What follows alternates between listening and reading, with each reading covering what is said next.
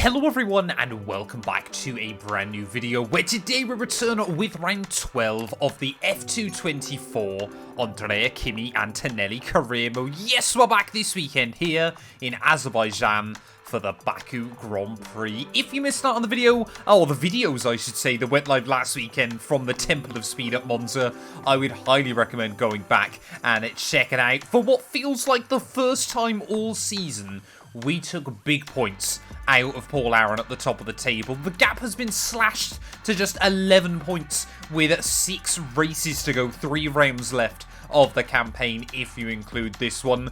Although, yeah, Ollie Behrman might still have an outside shot at dragging the title all the way to the finale in Abu Dhabi. It is very much looking now like it's going to be a 2-horse race between now and the end of the campaign. So we're just hoping that we can roll that momentum from last weekend into this one here in Baku. Of course, if you're new around here as well, please do make sure you leave a like, get yourself subscribed to the channel for more F1 content. We're trying to hit 140k by the end of the year.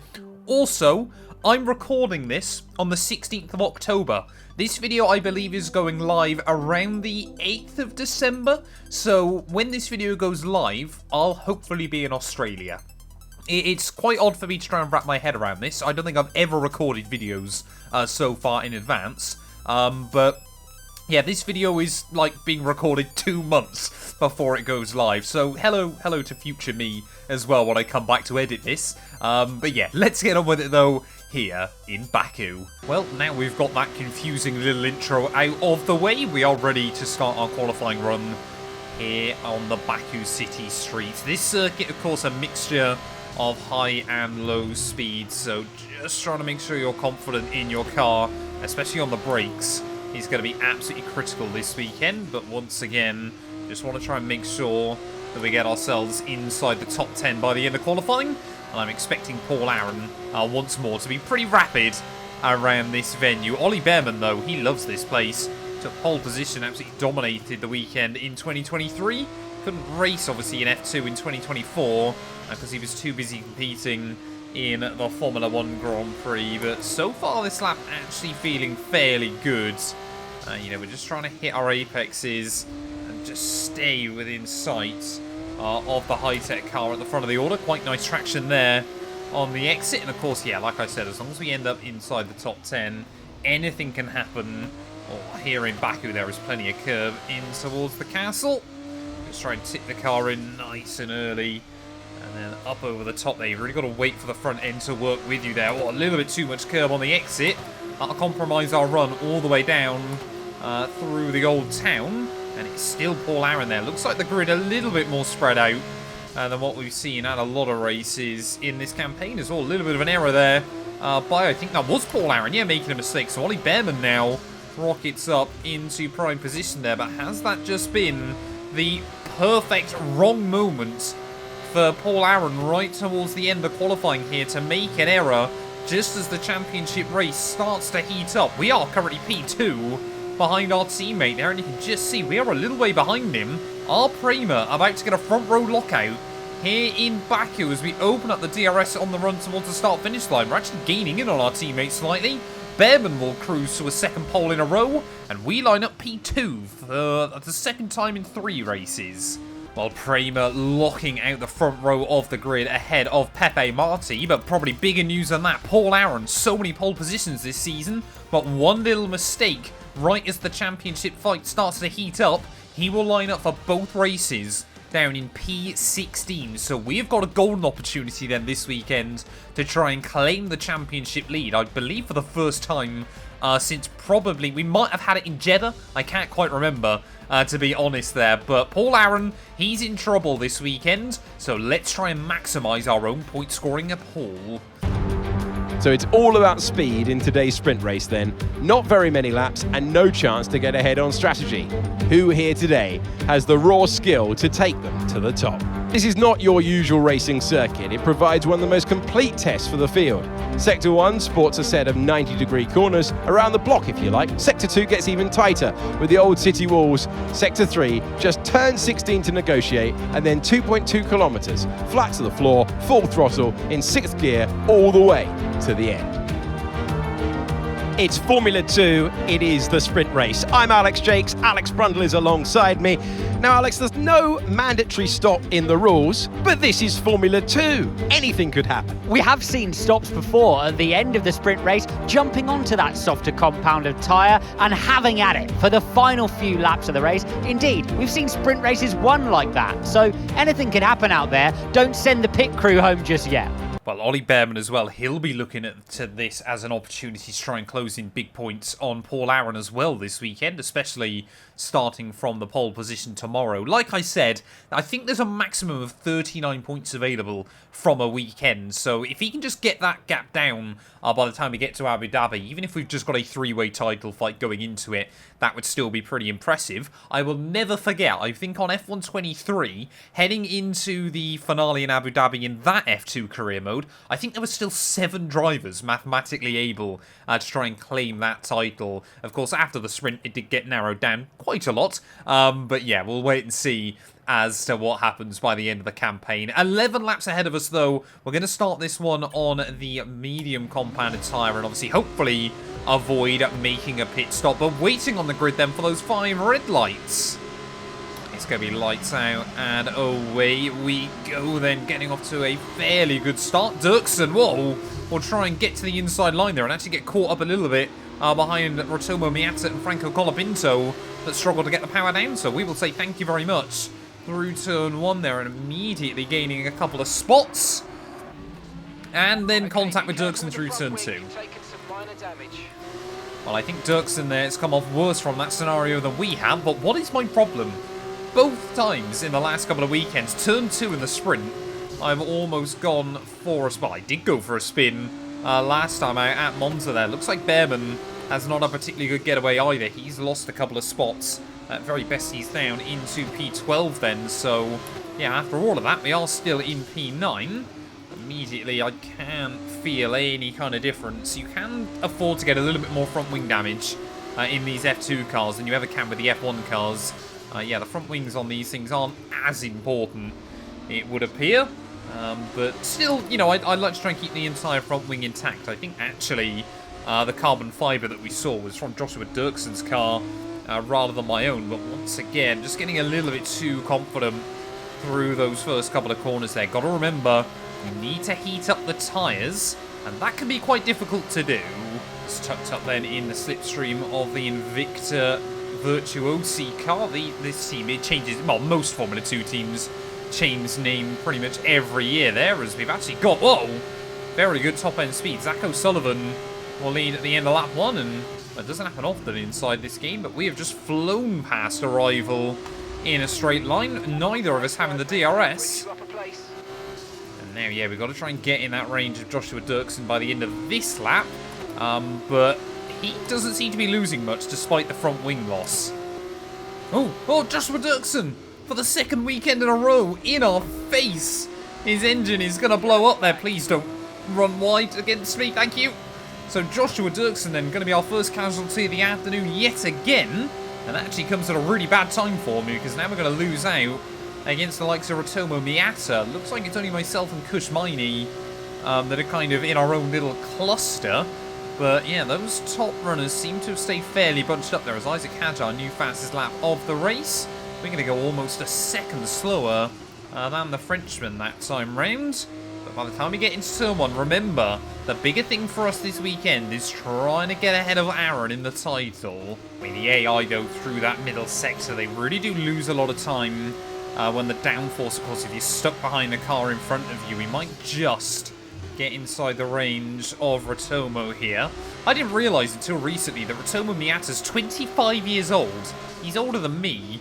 I'd always assumed he was a bit younger when he obviously was making his debut in Formula 2, but apparently not. So, obviously with the news of, well, it's quite old news now by the time you're watching this, but when I'm making this video, it's only recently been confirmed that Toyota and Haas are going to be working together in the future. I'm not so convinced now that he's going to be getting a drive.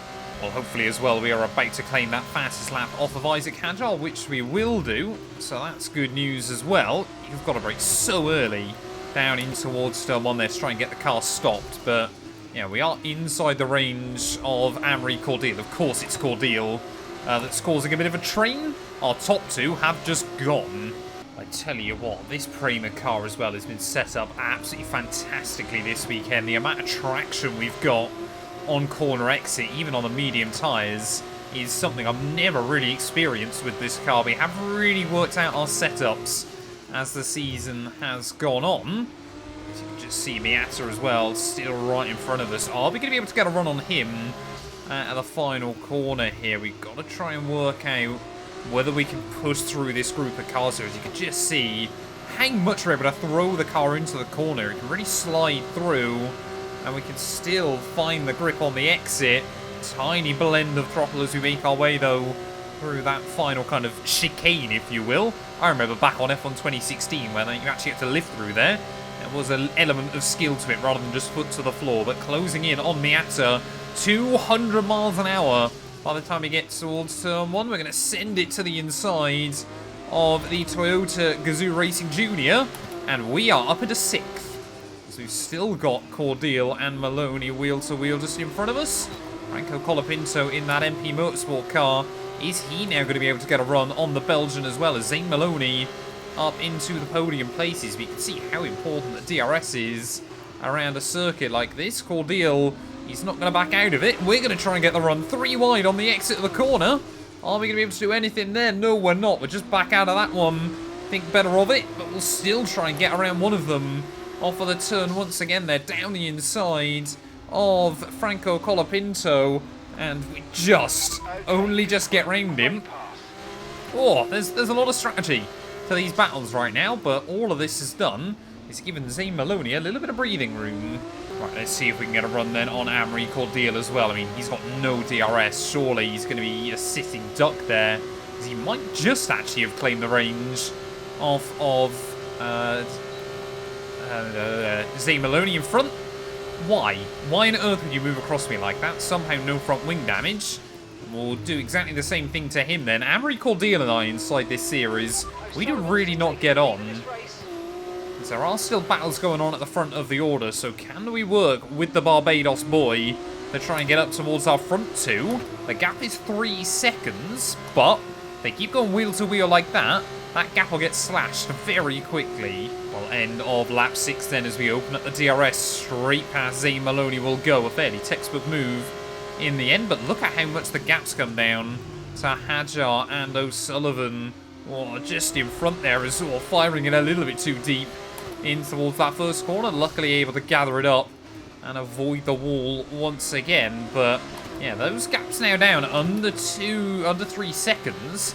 So it's still going to be a tall order, but if they keep battling as they still are up in front, it's not out the realms of possibility, especially with how strong this car has felt all weekend.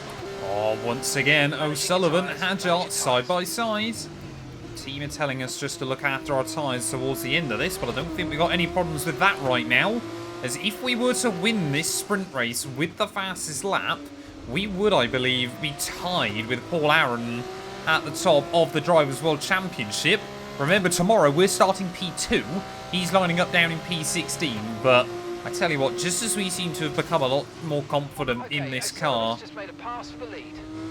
late on in the season, it really does feel like Prema as well have worked out how to set these cars up, which is absolutely fantastic. I mean, the hookup we've got is incredible. I know this season has been a lot about learning and everything like that, but it has ended up being very, very good fun. I mean, Hajar is 6 tenths away from Zach O'Sullivan when they make their way through the final couple of corners. We are way closer to the Frenchman than he is to the ART driver in front of him. As we all open up the DRS again, we're just all going to close in on each other. Back in towards turn 1 again, clocking over 200 miles an hour. There's all big lockups for both Zach O'Sullivan even, and myself there down in towards turn 1. Hajar just broke slightly earlier than I was expecting.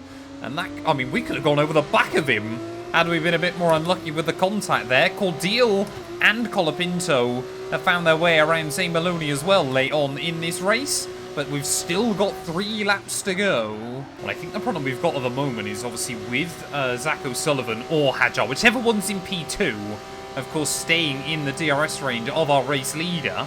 it kind of means we can close in on them, but we're just not close enough to go for anything. So they're kind of using each other to keep myself at bay. But as we head onto the penultimate lap then, I seem to be really struggling as well with the front locking now. So might need to try and just change the pressures ready for the Grand Prix. Yeah, but you have to run 56 brake bias in this car. That's what I've learned, is otherwise you just will lock the fronts or the rears. This seems to be kind of the only safe balance you can get. But you can just see here, we are really, after I've hyped up Kramer in this car all day long, it is just starting to get a little bit sketchy. Come on then, Zach O'Sullivan. Unless he can get the run now on Isaac Hadjar, I think we've got to try and move past him. And he just seems like he's struggling to keep up with the Campos man at the front of the order as we will navigate our way through those final couple of turns once again. I think this time round we might just get the run on him here. And that might leave Hadjar very, very vulnerable onto the last lap there. We'll try and have a look on the racing line there, round the outside of Zach O'Sullivan will go back in towards turn 1. And he's not having any of it. Down the inside he'll go. Oh, I tried to avoid that wall on the exit there. We do get the power down around the outside. Good racing respect there as well. Again, he tried to have a look back down or inside of turn 2 there. Maybe a bit more of a desperate dive bomb that time round to try and stay in this second place. But now it is myself versus Isaac Hadjar at the front of the order. We've got to be nice and careful through most of the lap. We know we need to be within a few tenths by the time we get out onto that front straight. But Baku, it's seen drag races before. Is it about to see another one here inside F124 as well, as our tyres definitely are just teetering on the edge of the cliff there. But you can see Hadjar, as he tries to put the power down, his aren't much better on this final lap of the sprint race. Like I said, if we win this one, I believe we'll be tied with Paul Aron in the championship, unless he's somehow been able to scrape together a couple of points from this race. This is the weekend where we have to try and capitalise, and let's not forget, if we can get round Isaac Hadjar, it'll be our 4th F2 win in a row. I don't think anyone has ever done that before inside this series. So as we make our way down the hill, come on, for the final time, they get right up towards the wall on the exit. It's going to be all about the run through that final corner. Just try and get the power down there, utilising that curbing on the exit there. And we've done all right. Hadjar will get a slightly better run off of the corner there. Little bit of understeer as we're tucked under the rear wing of that Campos. But now it is just a question of horsepower and downforce levels as we make our way towards the finish line here in Baku. I think Hadjar might just have enough there as we try to close in rapidly up towards the line. Hadjar's done it. A super drive, a super win for Isaac Hadjar. It might not be the same points as the feature race, but it is the same podium, and they get to wave at the fans from it.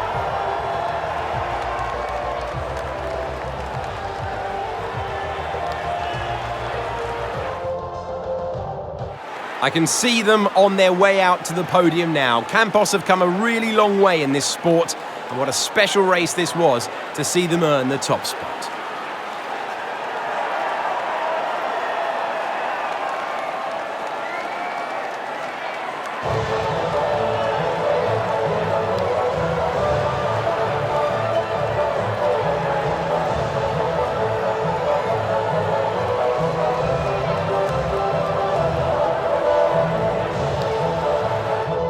Well, there we are then. Isaac Hadjar will pip us at the line to the sprint win here in Baku by just, well, less than 1/10 of a second in the end. We do claim the fastest lap bonus point, though, so we really lose out 1 point to the Frenchman overall there. Zach O'Sullivan in P3 ahead of Amory Cordial. Colapinto, Maloney, Miata, and Kushmaini will round out your point scorers there. Behrman down in P11. The end a bit disappointing for him as Paul Aron unable to really make much progress either. P14 come the checkered flag. But that means as we head into the feature race tomorrow, there is 2 points in it between myself and the Estonian. Things can still change between now and the end of the campaign.